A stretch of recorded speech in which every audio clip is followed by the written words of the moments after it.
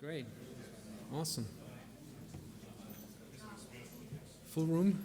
I will start in a minute. Before I start, do you mind if I take a selfie, folks, with you all? Yeah? Let's do that. Oh, that's very difficult. Say hello. Thank you. That's awesome. We do this.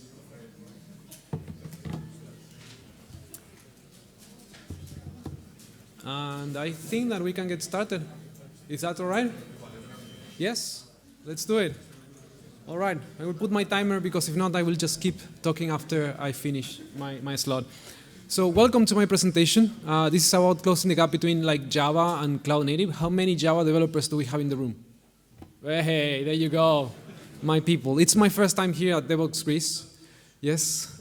So it's good to be here for the first time.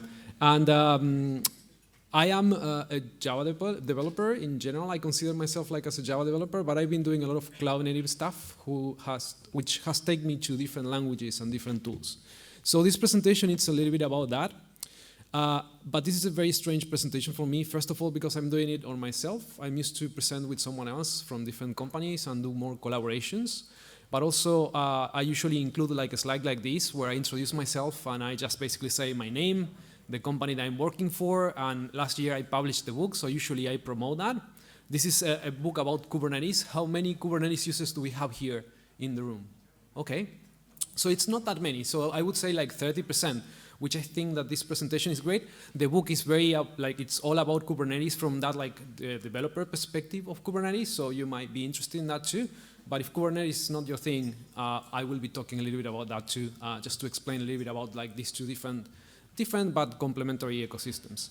As I was saying, this is a very strange presentation for me because usually this is as much as I talk about myself, and then I just jump to talk about different projects and different technologies.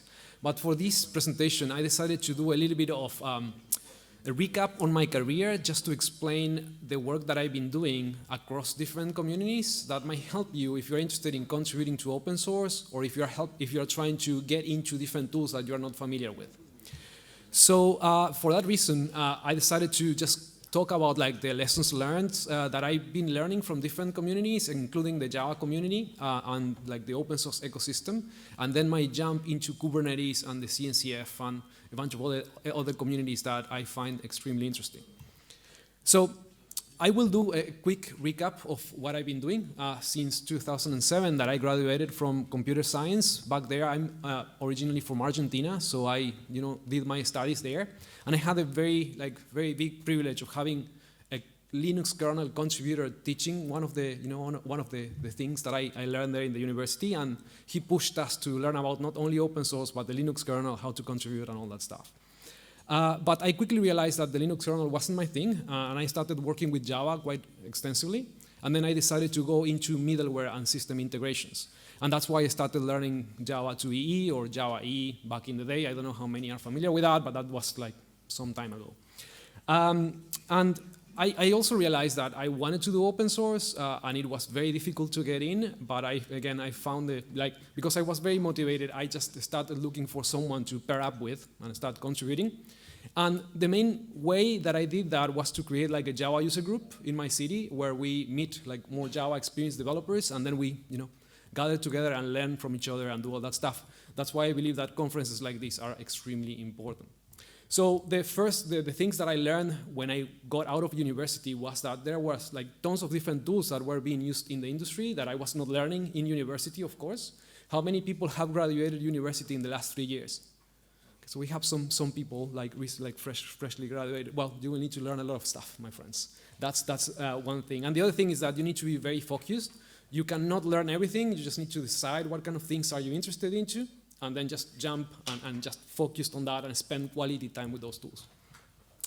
Because I started contributing to open source, I went into contributing to some specific JBoss Red Hat projects in that space, like in the Java space and in the framework space. These tools were about workflows and rule engines, and we have some folks from Red Hat here that worked in these projects too. And I remember that my first intro to this project was, okay, I'm interested in the project, that's fine, but I also want to start going deeper into learning more. And my way of learning was to teach other people what I was learning. So I quickly opened a blog post, like a blog, and I started posting kind of like whatever I was learning or whatever exercises I was creating. I put it on GitHub and then, just iterate over that. And I became kind of like one of the trainers for the official material that were available about these things. Because I started doing blog posts in English, I got contacted by a publisher, and they told me, like, this is a niche, so you can write a book about it. I thought that it was a terrible idea, but I just did it. So my first book wasn't that good. But I think that it helped me to learn a lot. And I use these kind of like opportunities to just basically keep learning. And I've noticed that several people, when they start their open source journey or when they start thinking about contributing somewhere, it's like the first thing is that they don't know where to start. And the second thing is like usually you don't trust yourself as valuable enough to contribute to an open source project. And that's a big myth because like no matter what you're trying to do, you will always find someone that is willing to help you to go through that journey of contributions. So, again, I've been doing this for like 10 plus years. So if you want to contribute to open source, please feel free to reach out or reach out to all the other amazing open source contributors that we have here in the room. And one thing that I've learned, and it took me quite a while, like at least 2 or 3 years, to not be stubborn. And usually it's like making sure that you are open to receive help. Because most of the time you just want to do things in your own way, and you're not open for other people to help you to go through that journey with you. People, like more senior people, have gone through this journey already, and they are always kind of like willing to help you to get started. In 2012, I joined Red Hat as a maintainer of the rules and JVPM projects, just to work on these projects full time. The way that you get into Red Hat if you're collaborating into open source is that you do enough contributions for the projects to say, for the company to say, okay, I will pay this person to maintain this project moving forward. And it took me quite a lot of time, but when you join these kind of projects, then you are on your own to move the project forward. So you need to keep learning and you need to find new ways of keep learning inside this project. It takes, it's not for everyone to work full time on open source, but if you're interested in doing so, there are opportunities. It's definitely not impossible. Remember that I was back there in Argentina, so it was pretty, for me it was pretty difficult to access like large communities like this to talk with developers, but online you can meet a lot of people and you can of course travel and get sponsors to go to different conferences. For me, it was really important to find a mentor, someone who has been doing this for a long time and who can help me to decide what to do next. That was extremely important. And then, as I mentioned before, meeting people, going to conferences, meeting other people that are in the open source community was extremely valuable because if not, it's very difficult to know where to take the project forward and in which direction. You need to kind of like see what's happening in the industry and where to move forward. 2015 was a very interesting year for me. I was working with Java, and then Docker and Kubernetes, like mostly Kubernetes, came into my life. It was pretty early for Kubernetes, 2015. It's a long way, but Docker wasn't that new. But I haven't been using these technologies at that point. So for me, it was like, okay, this is a completely new world. Some changes are coming into our industries, and I wanted to do more of this cloud stuff. And again, I asked before, how many people is using Kubernetes here in the room? Can we do that again? Okay, so we have some people. And how many people here are using Spring Boot, for example? Okay, we have a majority of people using Spring Boot. Quarkus? We have some Quarkus people. Perfect. Yeah, that's good. Like, doesn't really matter what framework you're using in the Java space, because you will need to create a container no matter what, and you will need to create some YAML files too, right? So I wanted to quickly do that. Like, I have a very, very simple application here. It's reading in a Spring Boot. It can be the same way in Quarkus. And what I wanted to do is just run this Spring Boot build image and ask a question. How many people is using this? Or have tried it at least? Okay. I don't even know when this was included in Spring Boot, but actually what this does is uses a project that it's called Cloud Native Build Packs to create a container image based on the source code that is available in this directory, right? So this is not a Spring, so it's like, it has a Spring Boot integration, of course, because it's like inside the Maven plugin, but it's actually using a cloud native tool to create this container. And you can use the same tool to create a container for any other programming language that is supported by this tool, right? It will recognize which language it is, and then it will create a container for it using best practices and bringing a bunch of other good practices into the mix. As soon as you have a container image, now that you can run that like locally using Docker run. And for me, that was a pretty powerful thing back in the day in 2015, because now I can just run a Java application without installing Java, without doing anything. I would just do Docker run, and I will have my application run. The next step for me was to learn about Kubernetes, like orchestrating container at scale, and just understanding what is that going to mean for developers, right? Like, because again, it's not like we can run any kind of application that is architectured in any way. You need to follow certain principles in order to be efficient and to use Kubernetes and tools like Docker or containers in an efficient way. So, of course, I started learning Kubernetes, and you will see here that I have a directory with some YAML files. Of course, that's what you do when you use Kubernetes, right? You define something like a deployment and a service so you can access the container that is running inside the cluster. I have a local cluster here. I don't know, like if you are not using Kubernetes, you can create local clusters for your local development tasks, maybe, if that's your thing. What you can do here is basically I can do apply those YAML files, and I will have the application running in my cluster, right? So now what I can do as a developer is not only create containers and run these applications anywhere, but now I can run them in any Kubernetes cluster, which basically means that I can run it in any major cloud provider in the same way. So no matter if I'm using Amazon or Google Cloud or Azure, I can just create a cluster there, and then I just run the same command, and my application will run over there, right? So let me check that the application is running. It's a very, very simple application, and it has a very simple service, and it doesn't have an ingress. So I need to basically do something like this, port forward to connect to the application that is running in the cluster. And then I will be able to do something like localhost 8080, and it will say hello Greece, right? Super simple Spring Boot application, nothing major there. But I just wanted to show that as a Java developer, you can use simple tools that are already integrated to your environment, plus writing some YAML files to actually get stuff into a cluster. It's not that hard. For me, learning Kubernetes made a major milestone in my career, because now I get access to a bunch of other tools that people are using in the industry, not only for Java, but for different ecosystems. I think that that's kind of like a pretty good thing. And for me, again, I learned a lot from that journey, so I wanted to share a little bit about with you. I remember being in Barcelona. JVCN was a conference that was started in 2014 or something like that. And I remember seeing kind of like this presentation from James Strachan about Kubernetes and why Java developers should be focused on this in 2016. So they were pretty like visionary for the Java community.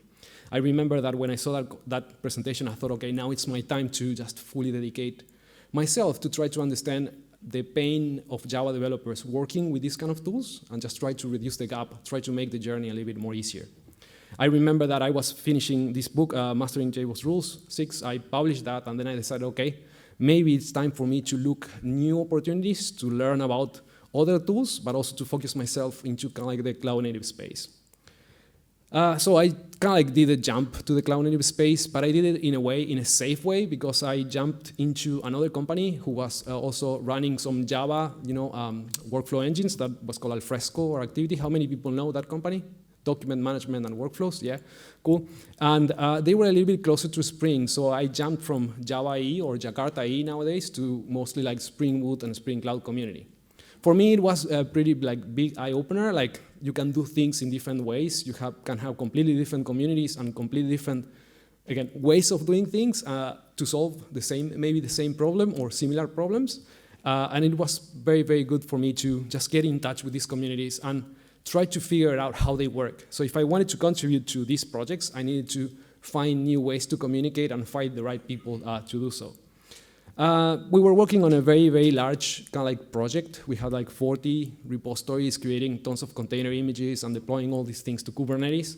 But again, it was pretty early on for Kubernetes, so it was difficult to convince management to say, let's bet on Kubernetes because this is the thing that is coming. Nowadays, it sounds like a silly thing, like Kubernetes is everywhere. But back in the day, just to make a company to invest all their research and development into Kubernetes was a little bit crazy. So I struggled a little bit, but I learned a lot of things. I started contributing to Spring Cloud and Spring Cloud Kubernetes, which was kind of like an extension to work with Spring Cloud inside Kubernetes. I thought that Spring Cloud was a pretty good idea. It was created kind of like at the same time that Kubernetes, so it was like you can use Zool and Eureka and a bunch of Netflix projects to do more like distributed applications. but the concepts were extremely aligned. So I kind of like enjoy that, and I learned a lot from that. Again, for me, I was working with Java, so the switch wasn't that difficult. So for my recommendation for you, just keep an open mind, try different tools. If you are using Spring Boot, try Quarkus. If you're using Quarkus, try Spring Boot. Try the latest versions. They are doing a bunch of different things in there that are super interesting. And I will go one step further, try other ecosystems. I tried the Go ecosystem, and I found some very interesting tools there. And when I compare Java and Go, which is very common in the Kubernetes space, you find good things in both sides. So you can learn from that a lot. And again, if you are joining a community, you need to learn on how to decipher how that community works and their priorities.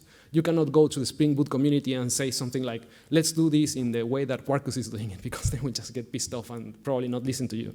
So you need to figure out what their motivations are, and then just try to help them to move forward, the same with the Quarkus community. And again, try not to reinvent the wheel. This is extremely important. Try not to go and create the next Spring Boot or Quarkus, because it's much, at least in my experience, it's much more beneficial to contribute to an existing project than to create your own.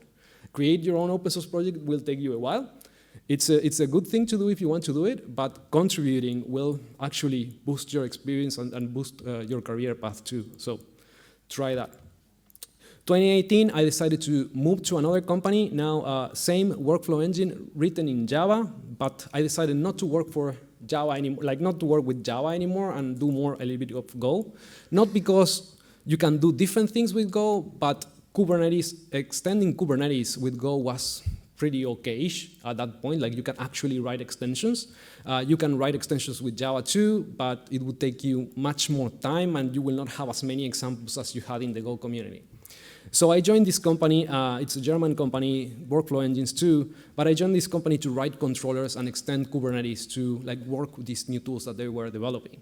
I did a lot of like enabling other teams to run the things that they were creating into Kubernetes clusters. And I did a lot of like experience, like developer experience tasks about like finding out how developers working with Kubernetes will be very slow, and it will take them a lot of time to learn all the stuff around Kubernetes. So I try to create tools to simplify those things, mostly by contributing to other open source projects. It was interesting for me when I joined this company, because this company was in the process of moving from a framework to a software as a service offering, right? And this is a completely different business, but also the products that you create are completely different. And it also meant, at least from my perspective, that when you go from having a framework, like a library, to sell it something like as a software as a service, where the only thing that you sell are APIs that people can use, it's just a different story about like how you phrase open source, right? Like now you're exposing APIs, you're not including a library that like your customers are going to be running. That basically means that the fact that whatever behind those APIs is open source or not is not as relevant as it was before, when you have full businesses built on top of the idea of we have open source and we will sell you support and services around it. In 2019, because I was working with Go a lot, and because I was doing kind of like this more complex deployments with a bunch of tools, because again, I didn't want to reinvent anything, I jumped into working for VMware at this project that it's called Knative. I wonder how much people know what Knative is. Okay, we have a few people in the room, and this is super, that's kind of like actually what I was expecting, because this tool is not something that a developer will usually face, right? Like this is more for, first of all, it's something that you install in your Kubernetes cluster. So if you are not using Kubernetes, you probably haven't heard about this, and that's pretty okay. Knative is all about serverless and auto-scaling. So the idea here is that I will install a tool into my cluster that will allow me to deploy containers that are going to basically scale down to 0 if they are not being used. And I think that that's pretty important just to save money, right? Like if you're running on Amazon or Google or Azure, you are spending money if you are keeping containers up. So this tool will give you that flexibility of scaling down, but also scaling up if you start having a lot of demand. Because you install it in Kubernetes, it was natural because it was created in 2018, I think, or at least made publicly available in 2018. It was written in Go.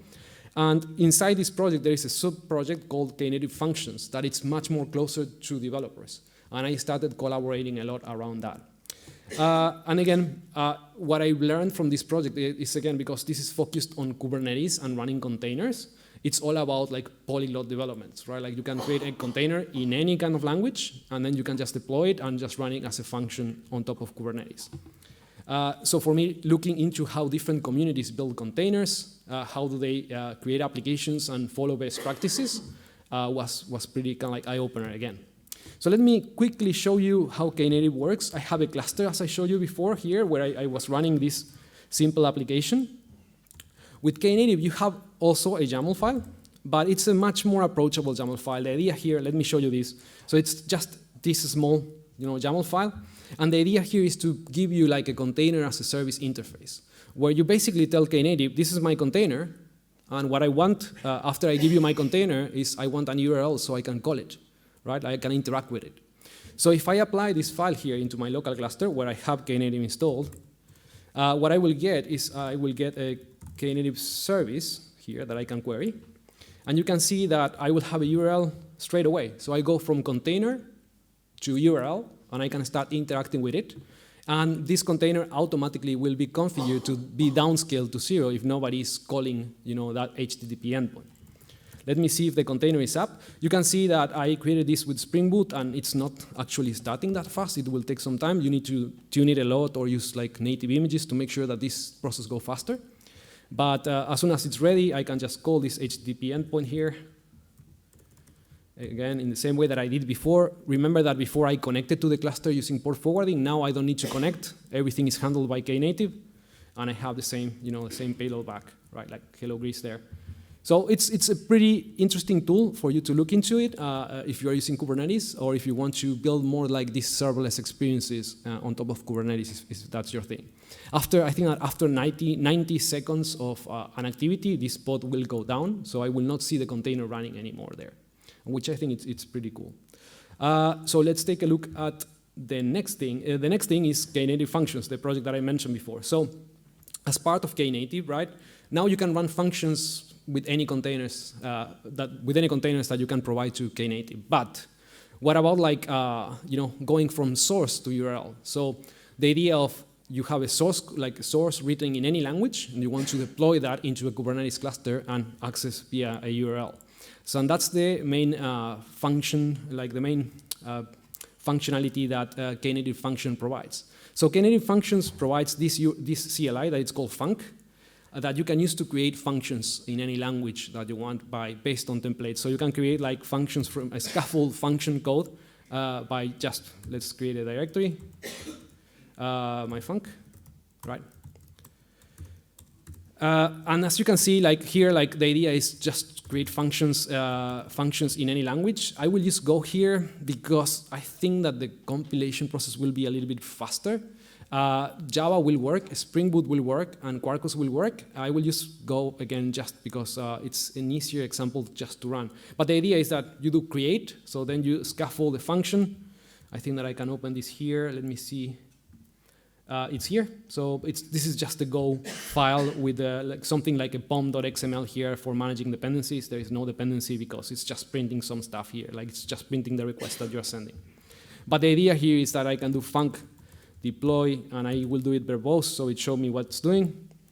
And I will put my Docker registry so it can push the container image that it will create. But the idea is, again, I can create the function in any programming language. Again, I can use Spring Boot or Quarkus there.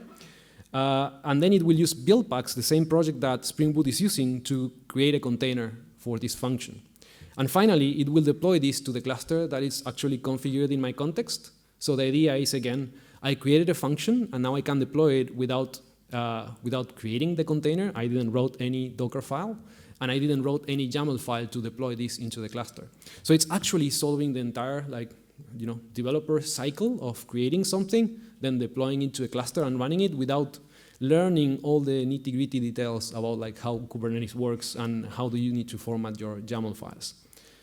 This is using, again, build packs, and I believe that was pretty interesting to me to see when Spring Boot started using build packs, because it kind of like signaled that different tools coming from different communities are converging into the same space. There are other tools to create containers. I think that all tools to do that are pretty good, and you should try to adopt that and not mess up with Docker files too much. So this is going to take a little bit longer, and I'm running out of time, so I will just let it finish there. You can see it's basically compiling the Go code, and then it's going to generate multi-architecture like images, right? Like for AMD and ARM.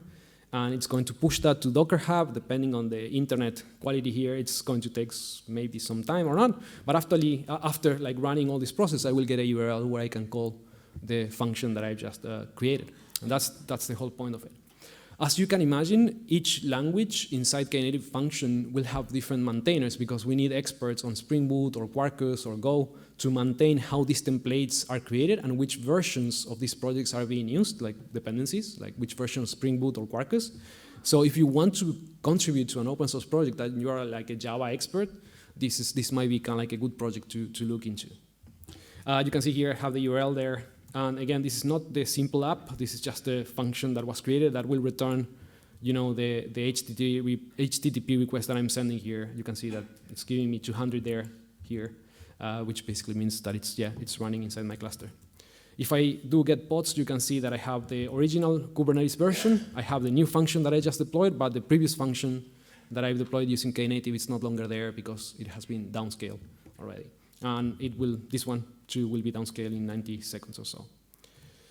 So that's Knative function. I really enjoyed working for this project. Again, it allowed me to meet a lot of people from different backgrounds and just to build, just to see what tools can be shared across these languages. Unfortunately, 2022, VMware, there was an announcement that VMware was going to be acquired by Broadcom, and when large acquisitions happen, companies tend to go a little bit slower on their plans. So I said, okay, if I stay here, maybe I will not be using my time very wisely. So I jumped into another CNCF project that it's called Dapper, and I joined this company, Diagrid, that it's basically working behind this project. Dapper was created by Microsoft and donated to the CNCF in 2019, so it's a very mature project already. And the thing that I really liked about this project is that it's much more developer focused, right? In this case, Dapper exposes APIs for developer to use. So I felt that, okay, this project is much more closer to the place that I like working on.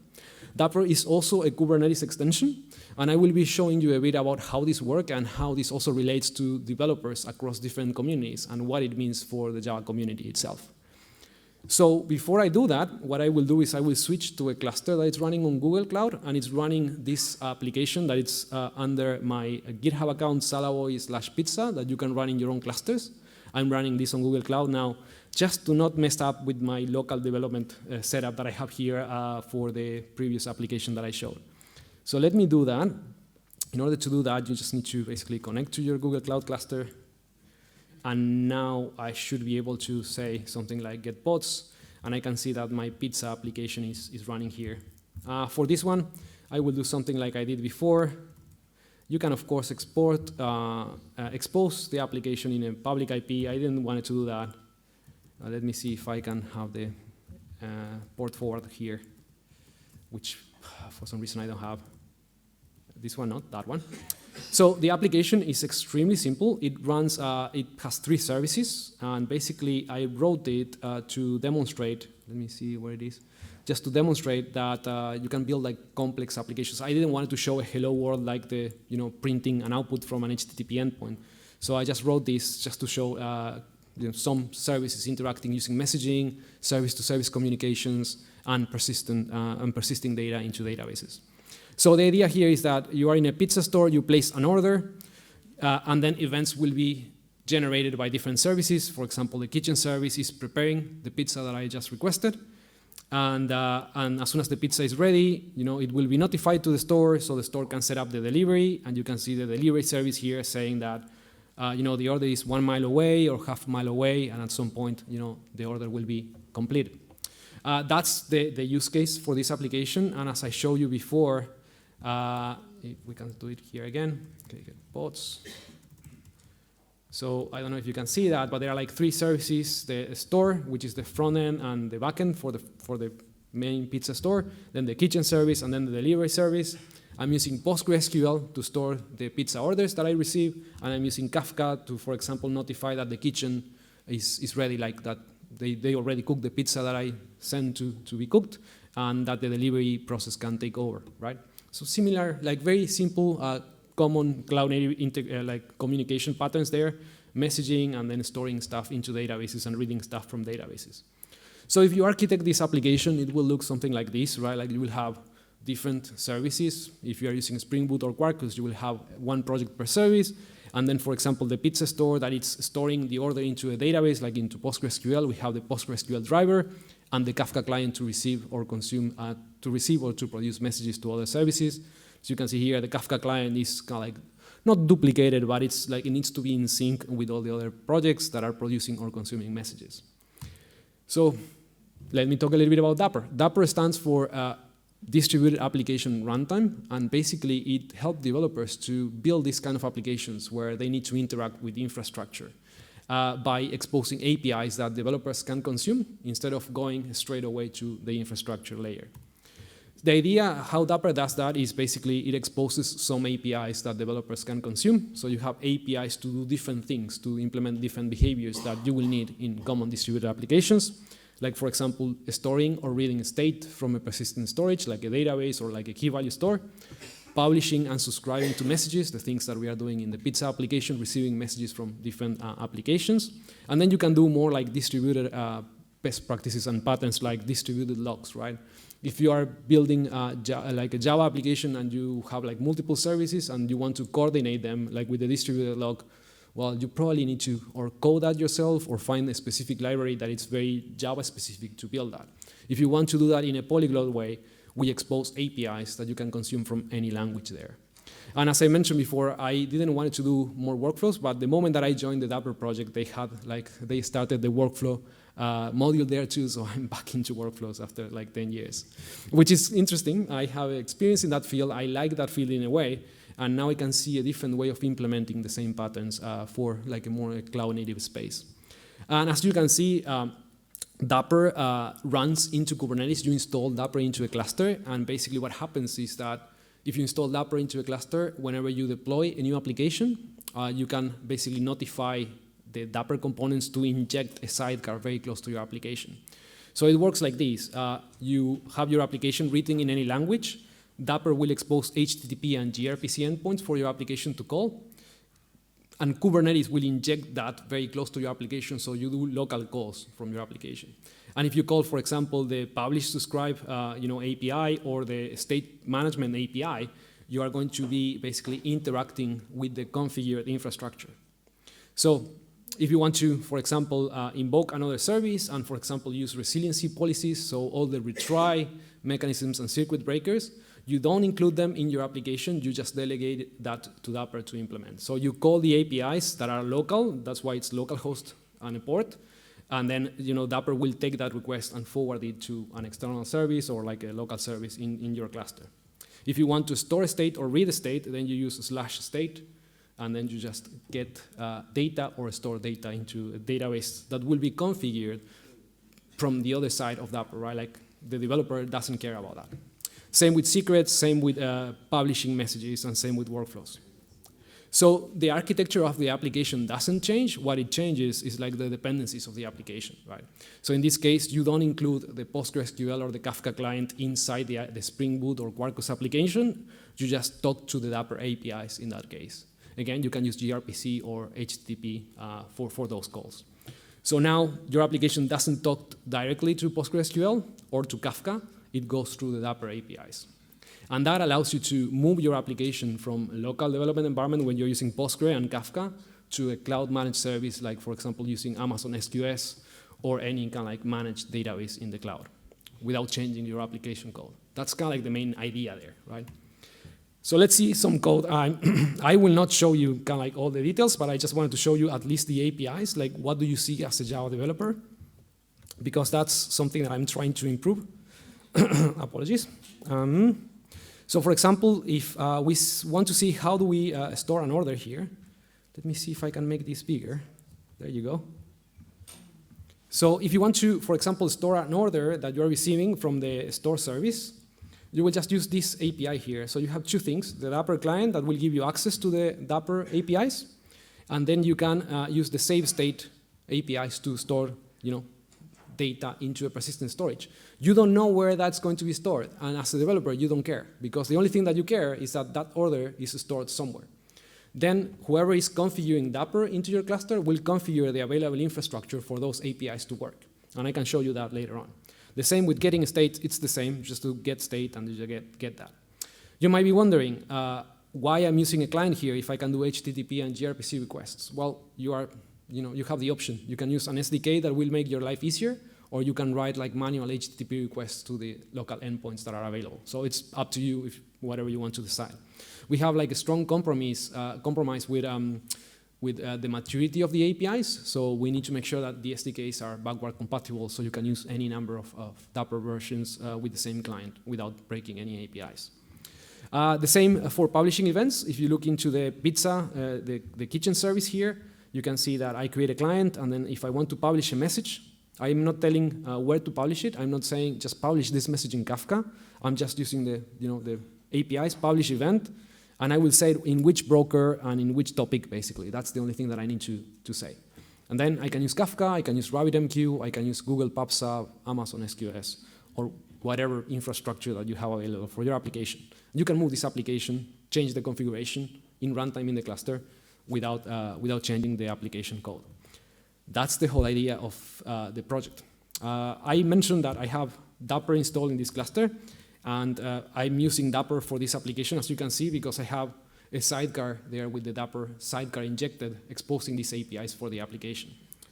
I have 4 minutes to wrap this up, so I will need to speed up.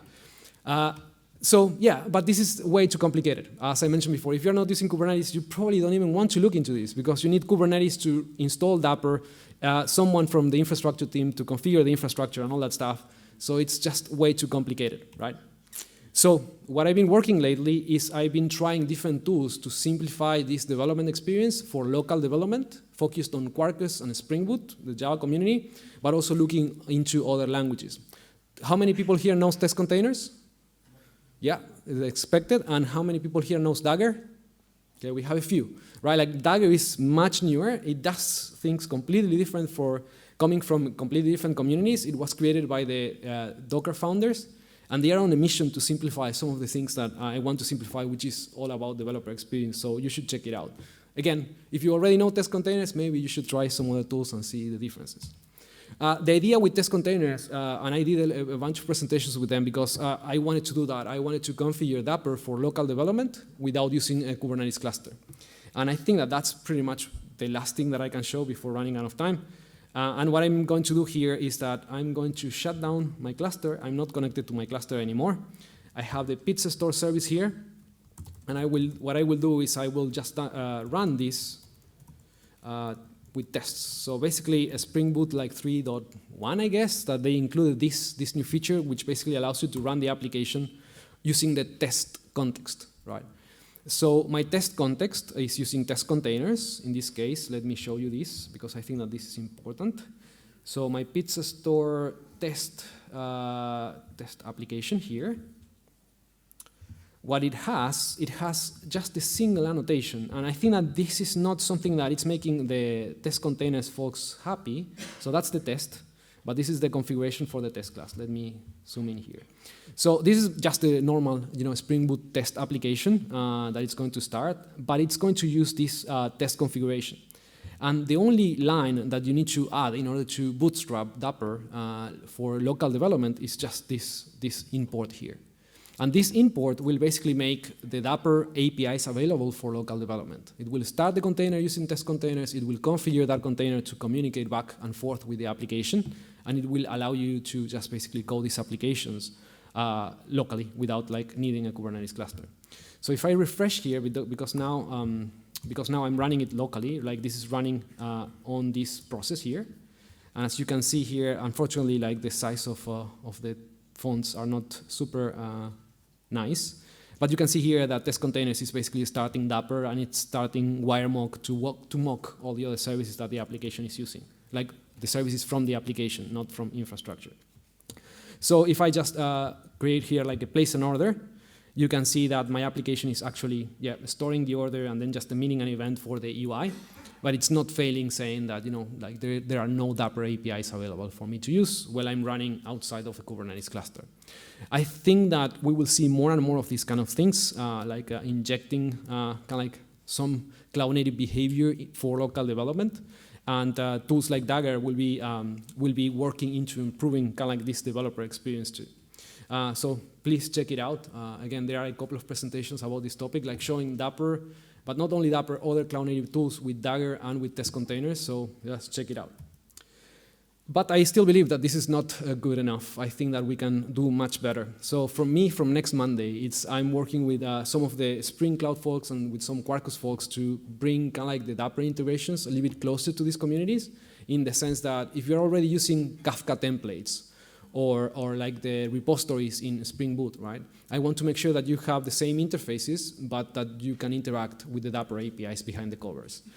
Because this is all open source work that is being done with some of the tech leads about around these projects. It's all being done in the open. So if you are interested in this work, feel free to reach out, please. That's my time out. But one more thing that I wanted to mention is that if you have ever gone or looked into any of the CNCF working groups, you might have noticed that they are very platform related, infrastructure related.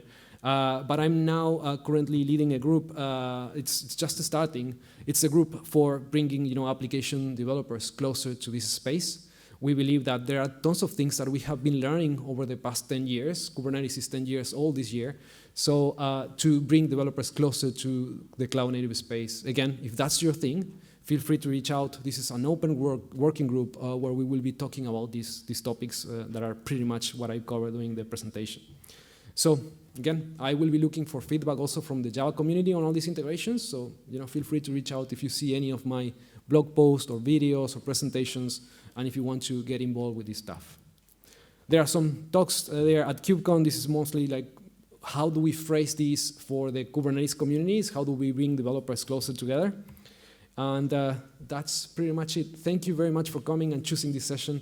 Any questions, feel free to reach out, please, and I will be around. Thank you.